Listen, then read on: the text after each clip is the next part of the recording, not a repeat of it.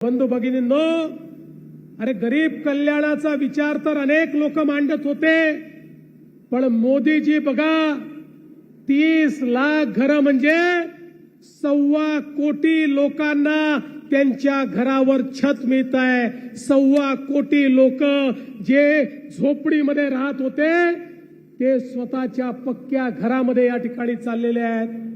आणि म्हणून आम्ही देखील निर्णय केला, घर झालं तर ते उत्तम झालं पाहिजे, म्हणून राज्याच्या वतीनेही त्याच्यात 50,000 रुपये दिले आणि त्यासोबत हाही निर्णय घेतला, प्रधानमंत्री आवास योजनेच्या अंतर्गत ज्याला घर मिळेल त्याला जन्मभर इलेक्ट्रिसिटी फुकट मिळाली पाहिजे, म्हणून त्याला त्या ठिकाणी सोलर करता पैसे आम्ही देतो, त्याला कधीच इलेक्ट्रिसिटीचं बिल भरावं लागणार नाही।